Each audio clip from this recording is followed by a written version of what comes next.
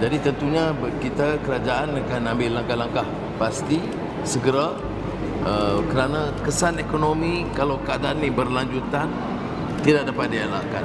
Keadaan ini kita pantau, tetapi petanda-petanda awal tidak begitu baik dan menyenangkan. Untuk 2-3 bulan nanti, aku rasa kita akan alami krisis tenaga yang paling hebat kita tak pernah nampak. Selat Hormuz yang keluarkan 80 ke 90% daripada petroleum dengan diesel untuk benua Asia tengah kena sekat sekarang oleh dua kuasa besar, Iran dan juga baru-baru ni Amerika Syarikat. Kalau majoriti daripada petroleum dengan diesel kita tak dapat, apa yang kau jadi kau rasa? Bukan kereta kau je tak boleh gerak, tapi hampir semua benda akan lumpuh. Kita cakap pasal traktor, bot nelayan, delivery rider pun tak ada gerak, abang Grab, JMPT semua. Okay, logistical disaster akan berlaku dekat negara kita. And ni akan buatkan kos perhantaran jadi makin mahal. Of course, barang akan naik harga. And bila barang naik harga, bisnes akan untung lagi kurang. And apa yang diorang akan buat? Diorang akan start buang pekerja. And the worst part is, kita dah boleh nampak benda ni slowly terjadi dalam negara. Sebab untuk suku pertama tahun ni saja 24,000 orang dah kena buang kerja, 50% kenaikan daripada tahun lepas. And yang sedihnya lagi, separuh daripada orang ni adalah orang yang tinggal dekat Klang Valley. So, kalau krisis tenaga ni berterusan, dia akan bertukar jadi something yang much worse lagi, which is krisis ekonomi. And aku tahu kita bukan Iron Man ke Superman ke untuk stop semua benda ni berlaku, tapi kau personally boleh readykan diri kau untuk survive krisis ni. Sebab hari ni aku akan ajar kau apa yang kau boleh buat untuk selamatkan kewangan kau dan hidup dalam ekonomi sekarang. Dan kita start dengan yang pertama dulu, iaitu untuk stop daripada buat perbelanjaan dalam autopilot. Sebab aku tahu kau semua orang yang tengok video ni sekarang tengah hidup dalam mood autopilot. Mood autopilot ni adalah bila kau belanja tanpa fikir apa yang kau boleh buat lebih baik dengan duit tu. Contohnya, macam kau penat balik kerja kan, lepas tu kau baring atas sofa kau dan kau terus ambil phone kau tanpa fikir apa-apa and order makanan dekat GrabFood. Tak ada dah fikir nak masak ke, beli barang dapur ke, okay, buat something yang lebih produktif dengan duit tu. Tangan kau hidup dalam autopilot and terus order GrabFood, benda yang mahal. So, macam mana kau nak stop diri kau daripada spend secara autopilot ni? Well, surprisingly, cara dia adalah sangat-sangat simple and dia bukan buat bajet.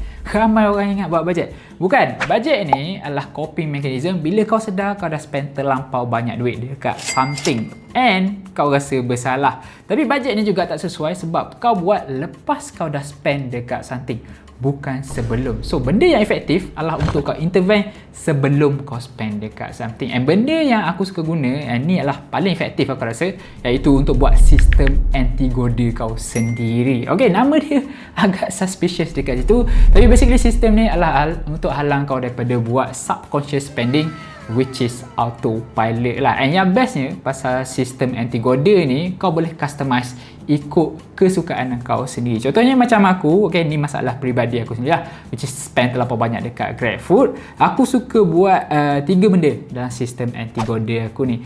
Yang pertama sekali adalah physical. Okay, aku physically halang diri aku daripada beli dekat GrabFood tu, either dengan potong kad aku atau bekukan kad aku atau buat apa sajalah untuk hayahkan diri aku daripada spend duit aku dekat GrabFood. Yang kedua pula dalam sistem ni adalah clear, which is aku clearkan data dalam telefon aku. Contohnya macam aku buang atau delete app GrabFood, atau aku clearkan payment information atau alamat aku dalam GrabFood. So by the time aku nak beli balik something dekat GrabFood, aku kena masukkan semuanya manual, and ni payahkan aku untuk beli GrabFood lah. And yang ketiga, calculator kos masa. Yang ni aku rasa paling efektif dalam sistem anti-goda aku sebab dia boleh bunuh terus mood aku untuk beli makanan. Okay, untuk buat calculator kos masa ni, kau basically ambil gaji kau, lepas tu bahagikan dengan hari kau bekerja. Contohnya macam gaji aku 3,000, aku bahagikan dengan 22 hari aku bekerja.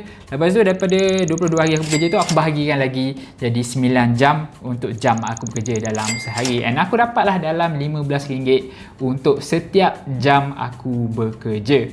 And bila aku dah dapat angka kos masa ni, okay, aku just bagikan dia saja dengan benda yang aku nak beli. Contohnya macam cheesy zinger box daripada KFC ni, okay, RM30 untuk sekotak. Aku just bagikan saja dengan 15. So maknanya aku kena 2 jam untuk makan KFC ni, kurang daripada 30 minit macam mengarut. So aku hilang mood nak beli, aku just masak saja. Yang bestnya lagi pasal calculator kos masa ni, sebenarnya kau bukan saja boleh guna dia bila kau nak beli dekat GrabFood saja, tapi kau boleh guna dekat benda lain juga untuk halang kau daripada buat impulse purchase. Contohnya macam kasut hiking Decathlon yang kau nak beli 300 lebih tu, okay, guna calculator kos masa. Nak beli Zeus Coconut Latte, calculator kos masa. Nak pergi tengok wayang TGV dengan awak kau, calculator kos masa.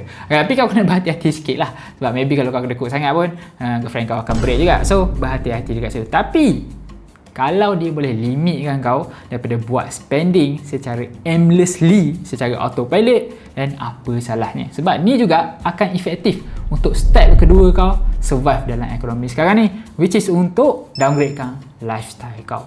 Bila aku cakap pasal downgrade ni, aku bukan cakap pasal downgrade secara ekstrim. Okay, jual rumah kau dan beli rumah lagi kecil untuk jimat. Bukan. Maksud aku downgrade dekat sini adalah kau downgrade benda secara minimum saja yang tak akan affect kau punya lifestyle. And kau downgrade sikit dekat sini, kau downgrade sikit dekat sini, banyak-banyak, okay, dia akan berkumpul, dia akan bagi impak yang maksimum dekat kau punya kewangan.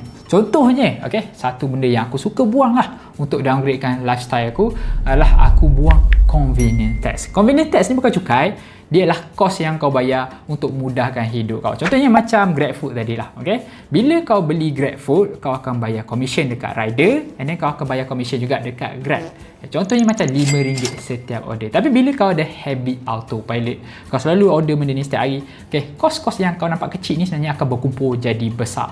Contoh macam GrabFood RM5, dah agak 30 hari dah 100.5 dekat situ. Dan bila kau buang setiap perbelanjaan yang ada convenience tax ni, bukan saja kau akan jimatkan duit kau, tapi sebenarnya kau juga akan improve kau punya financial health, sebab kau akan lagi banyak buat decision bila kau nak spend duit kau tu. And ada satu lagi benda sebenarnya yang kau boleh buat untuk downgrade tanpa affected sangat hidup kau tu, which is untuk gabungkan perbelanjaan mana yang kau boleh gabungkan. Okay, contohnya aku dulu dengan wife aku ada banyak subscription. Kita orang ada ChatGPT, YouTube Premium, iCloud Plus dengan Spotify. Tapi lepas aku cari mana yang bagus, mana yang overlap, mana yang boleh gabungkan dengan wife aku, and aku spend dalam masa 10 minit saja untuk buat benda ni, aku boleh kurangkan dia kepada 2 subscription saja. And turns out, aku dapat jimat RM126 sebulan atau RM1,500 setahun. So almost 75% pengurangan dengan spend masa 10 minit saja. Gila tak gila? So, dengan downgrade 2 benda ni saja, aku dah jimat dekat RM300 sebulan. Dia tak affect lifestyle aku langsung. In fact, dia improve lifestyle aku adalah. And kalau kau buat benda yang sama macam aku buat, kau juga boleh letak duit extra ni dalam saving kau. Kalau kau ada saving. Kalau kau tak ada saving, ni juga adalah salah satu benda yang kau kena buat. Wajib buat in fact kalau kau nak survive dalam ekonomi sekarang, iaitu untuk ada sistem emergency fund yang lengkap. Emergency fund ni adalah benda yang basic of the basic kau kena ada masa ekonomi tengah tak menentu. Sebab dalam ekonomi tak menentu ni, banyak benda boleh berlaku. Benda-benda sekali. Yang paling teruk sekali boleh berlaku dekat kau adalah kau kena buang kerja lah. Macam ramai orang sekarang ni. Yang kedua paling teruk adalah aku rasa kau kena tukar kerja, cari kerja yang lagi better. Okay, tapi masa kau tukar kerja atau masa kau tengah buang kerja tu, adakah kau yakin diri kau sekarang boleh tampung family kau untuk 6 bulan seterusnya, setengah tahun? Kalau jawapan kau tak boleh, maknanya kau tak ada emergency fund yang lengkap. And penting untuk kau buat emergency fund yang lengkap sebelum ekonomi jadi makin teruk, which is now lah, critical sekarang. So, ada 3 soalan yang kau boleh tanya kalau kau nak buat sistem emergency fund yang lengkap. 1, berapa banyak yang kau kena simpan? Biasanya 3 ke 6 bulan.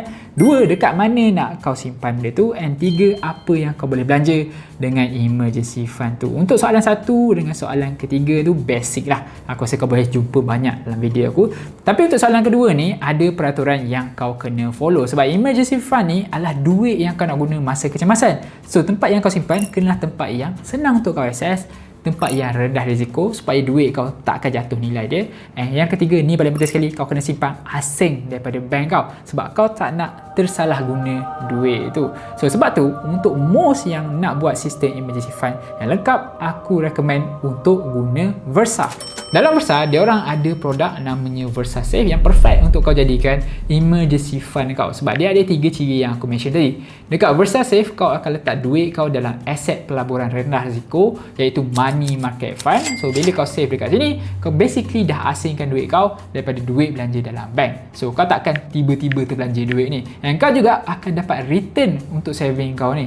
Base return dia kalau kau tengok dari tahun lepas, consistently atas dari 3% per annum. So that's very good untuk tempat saving. Tapi kalau kau rasa tak cukup, tak ada masalah. Kau boleh je buat quest dalam app ni. Contoh macam sekarang dia orang tengah ada starter quest untuk new user yang mana kau boleh start dengan 5.5% per annum untuk 30,000 pertama yang kau cash in dalam Versa Safe. Dan kalau kau commit dengan setup auto debit setiap bulan, kau boleh unlock sampai 10% per annum untuk 500 auto debit pertama. Tapi kau kena cepat sebab quest ni sampai 30 April ni saja. So kalau kau tak ada account Versa lagi, kau boleh register guna link yang aku sediakan dekat bawah. Dan kalau kau cash in RM100 pertama guna kod aku VERSAY, VERSAAY, kau akan dapat RM10 percuma. And of course, kau akan bantu support channel ni juga. So thank you very much.